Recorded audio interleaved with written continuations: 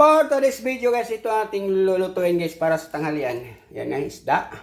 Tapos kumuha ako doon sa mga tinanim kong alagbati guys. Oh. Inunahan na naman ako doon sa ano guys. Yung sa mga bisita ko. Inunahan ako doon. Tapos mayroon din ako konting kangkong. Tinanim ko sa aking paso. Tinanim ko lang to sa paso guys.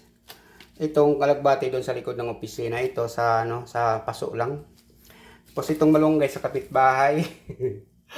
Sa kapitbahay guys, humingi ako, naglago na naman yung malunggay nila. Doon sa lagi kong kinukunan, doon sa kapitbahay namin dyan sa harap ng office. Tapos mayroon din tayo. Walang kamatayan na tuyo. This is a favorite isda. May sibuyas tayo. Di na ako bumili ng kamatis. Grabe ang mahal ng kamatis. Biro mo isang piraso, 14. Oh my God. Yung malaki yun ha, 14. Yung maliit, 10. Ay, ang liit guys, ang liit. Ito na lang, sibuyas, luya. Yan, pwede na to guys, sa sabaw. Dahil may trangkaso din ako ngayon. Yan. Ihigop tayong sabaw. Sariwang malunggay, sariwang alagbate. Kangkong galing sa paso na tinanim ko. Lumago na guys, ayun oh.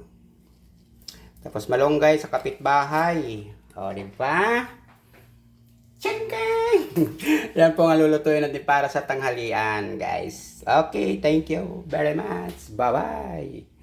O, ano lang yan, guys. Lutong bahay. Hindi yan lutong restaurant, ha?